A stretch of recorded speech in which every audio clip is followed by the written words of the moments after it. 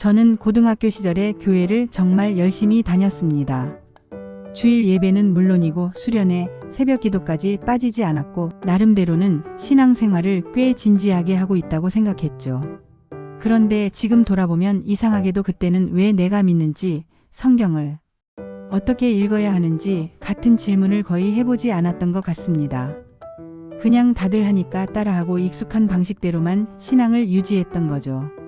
그러다 어느 순간 제 생각을 완전히 흔들어 놓은 깨달음이 찾아왔습니다.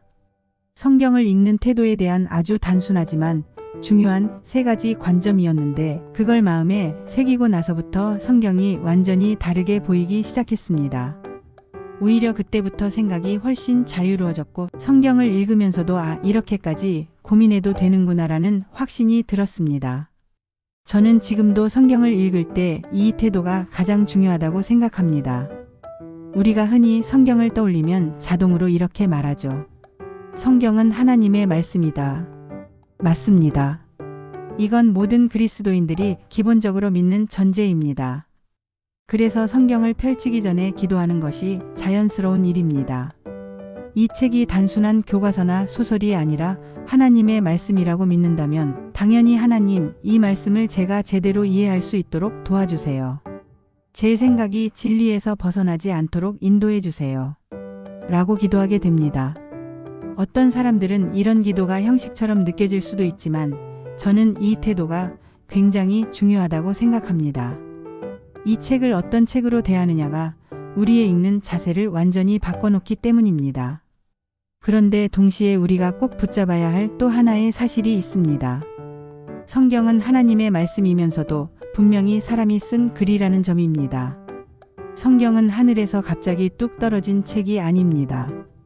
하나님이 이대로 받아 적어라 하시면서 문자 그대로 내려주신 문서도 아닙니다. 실제 역사 속에서 사람들이 고민하고 선택하고 자료를 모으고 자기 언어로 기록한 책입니다. 예를 들어 요한복음 마지막 부분을 보면 이런 표현이 나옵니다. 예수님이 하신 일을 전부 기록하려면 세상의 모든 책으로도 부족할 거라고 말이죠. 이 말은 무슨 뜻일까요? 요한복음의 저자는 예수님의 수많은 사건 중에서 스스로 중요하다고 판단한 것만 골라 기록했다는 뜻입니다. 어떤 장면은 넣고 어떤 이야기는 과감하게 제외했습니다. 그래서 요한복음은 마태, 마가, 누가복음과 분위기와 구성 자체가 많이 다릅니다. 이건 하나님이 일일이 이건 쓰고 이건 빼라라고 지시하셨다기보다는 저자의 판단과 목적이 적극적으로 반영되었다는 의미이기도 합니다. 여기서 많은 분들이 이렇게 질문합니다. 그럼 하나님의 말씀인데 어떻게 사람의 글일 수 있나요? 둘이 서로 충돌하는 거 아닌가요? 그런데 이건 예수님을 떠올리면 훨씬 이해가 쉬워집니다. 예수님은 완전한 하나님이셨고 동시에 완전한 인간이셨습니다. 논리적으로 보면 이해하기 어려운 고백이지만 교회는 2000년 동안 이 믿음을 지켜왔습니다. 마찬가지로 성경도 하나님의 말씀인 동시에 사람의 글입니다. 이 2가지를 함께 붙잡는 것이 굉장히 중요합니다. 이 관점을 가장 잘 보여주는 예가 바로 누가복음입니다. 누가복음 1장 1절부터 4절을 보면 성경 전체에서 보기 드문 장면이 등장합니다. 저자가 왜 이 글을 쓰게 되었는지, 어떤 방식으로 쓰려고 했는지를 직접 설명합니다. 마치 우리가 책을 사면 맨 앞에서 저자의 서문을 읽는 것과 비슷합니다. 누가는 이렇게 말합니다. 예수님에 관한 일들을 기록하려고 이미 많은 사람들이 글을 써왔다는 겁니다. 그는 이미 존재하던 기록들을 살펴보고 자료를 모으고 증언을 조사했을 가능성이 큽니다. 학자들에 따르면 마가복음이 가장 먼저 쓰였다고 보는데 누가 역시 마가복음을 참고했을 가능성이 큽니다. 그런데 누가는 단순히 기존 자료를 전달하는 데서 멈추지 않습니다. 그가 이 글을 쓰게 된 이유는 데오빌로라는 한 사람 때문이었습니다. 이미 예수를 믿고 있던 이 사람이 자신이 알고 있는 믿음의 내용을 더 확실하게 이해하도록 돕고 싶었던 겁니다. 우리가 교회에서 새 신자를 만나면 같이 성경 공부를 하면서 믿음이 뿌리내리도록 돕고 싶어지는 것과 똑같은 마음이죠. 그래서 누가는 결심합니다. 그래, 내가 직접 정리해서 써야겠다. 그리고 아무렇게나 쓰지 않습니다. 그는 표현합니다. 자신이 모든 일을 처음부터 차근차근 조사했고 가능한 자료와 증언을 최대한 확인했으며 순서대로 정리해 기록하는 것이 좋겠다고 판단했다고 말입니다. 이 표현 자체가 굉장히 이성적이고 정직합니다.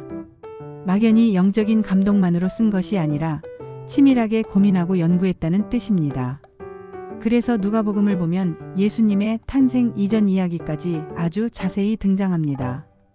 세례 요한의 부모 이야기, 마리아의 수태 소식, 마구간 탄생 장면 등 다른 복음서에는 비교적 간략하거나 아예 없는 내용들이 풍성하게 담겨 있습니다. 이것은 누가가 처음부터 순서대로 설명하는 방식이 가장 도움이 되겠다라는 자기 나름의 원칙을 세웠기 때문입니다. 흥미로운 점은 누가 자신이 쓴 글이 훗날 성경이 될 거라고는 상상도 하지 못했을 거라는 사실입니다. 그의 동기는 굉장히 단순했습니다. 한 사람의 믿음을 더 단단하게 세워주고 싶었던 것입니다. 그런데 시간이 흐르면서 이 글이 복사되고 공동체 안에서 읽히고 수많은 사람들의 삶을 변화시키기 시작했습니다. 그렇게 신앙 공동체는 자연스럽게 이 글을 하나님의 말씀으로 인정하게 되었습니다. 저는 이 과정이 정말 놀랍다고 생각합니다. 하나님의 말씀은 처음부터 금빛 포장을 두르고 등장한 것이 아니라 사람의 진지한 고민과 성실한 연구 속에서 탄생했고 시간이 지나면서 그 안에 담긴 생명력과 능력이 증명된 것입니다. 여기서 우리가 조심해야 할 태도도 하나 있습니다. 우리는 종종 말씀을 묵상하면서 하나님이 나에게 이렇게 말씀하셨다라는 표현을 너무 쉽게 사용합니다. 물론 하나님께서 우리 마음에 깨달음을 주실 수 있습니다. 하지만 우리가 실제로 한 것은 말씀을 읽고 생각하고 해석한 것입니다. 누가처럼 내가 이렇게 살펴보니 이런 결론에 이르렀다라고 솔직하게 말하는 태도가 훨씬 건강합니다. 자기 생각에 과도하게 신적인 권위를 더 씌우는 것은 오히려 위험할 수 있습니다. 또 하나 중요한 관점은 성경의 장르입니다. 누가복음은 이야기, 즉 내러티브 형식으로 기록된 책입니다. 반면 잠언은 짧은 격언이고 시편은 시이며 율법서는 규범의 형식을 갖고 있습니다. 장르가 다르면 읽는 방식도 달라져야 합니다. 소설을 법전처럼 읽으면 이상해지듯이 성경도 그 형식을 고려하지 않으면 오해가 생길 수 있습니다. 성경이 사람의 글이라는 말에는 바로 이런 문학적 특징까지 포함되어 있습니다. 그리고 마지막으로 꼭 기억해야 할 점이 있습니다. 성경은 오늘을 살아가는 우리를 위해 직접 쓰인 책이 아닙니다. 누가복음은 데오빌로를 위해 쓰였고 신약 성경 전체는 2000년 전 사람들을 대상으로 기록되었습니다. 구약은 그보다 훨씬 오래된 시대를 배경으로 합니다. 당시의 문화, 사고방식, 사회구조를 고려하지 않으면 우리는 성경을 자기 방식대로 오해할 가능성이 큽니다. 그래서 성경을 읽다 보면 이해하기 어려운 장면이나 낯선 표현이 나오는 것은 너무나 당연합니다. 그럴 때마다 이건 처음 독자들이 살던 시대와 내가 사는 시대 사이에 큰 간격이 있기 때문이구나라고 생각해 보는 것이 필요합니다. 이 모든 걸 함께 고려하다 보면 성경을 빨리 많이 읽기는 어려워집니다. 오히려 속도가 느려질 수밖에 없습니다. 저는 그게 정상이라고 생각합니다. 성경은 급하게 소비하는 책이 아니라 천천히 곱씹고 질문하고 고민하면서 읽어야 하는 책입니다. 머리를 쓰는 것을 두려워하지 않아도 됩니다. 생각하고 따져보고 연구하는 태도는 믿음을 약하게 만드는 것이 아니라 오히려 깊게 만듭니다. 결국 우리를 변화시키는 것은 우리의 열심이나 경건한 태도 자체가 아니라 그 안에 담긴 말씀의 힘입니다. 우리가 할 일은 이 책이 어떤 성격을 가진 책인지 이해하고 최대한 정직하게, 최대한 진지하게 마음과 생각을 다해 읽는 것입니다. 그렇게 성경을 대하다 보면 어느 순간 말씀이 우리 삶을 조용하지만 분명하게 바꾸고 있다는 사실을 발견하게 될 것입니다.